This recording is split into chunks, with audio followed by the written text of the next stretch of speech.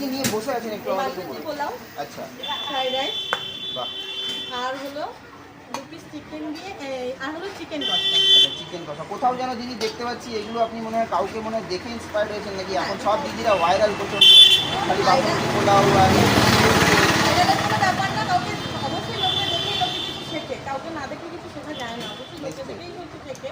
আমি হয়তো সবাইকে দেখেই শিখেছি, কিন্তু আমি পরিস্থিতির শিকার, তাই আমি এখানে এসেছি। পরিস্থিতির শিকার মানে কি হয়েছে দিদি এখন? আমার হাজবেন্ডের কাজটা চলে গেছে, আমার প্রাইভেট জায়গায় থেকে কাজটা চলে গেছে।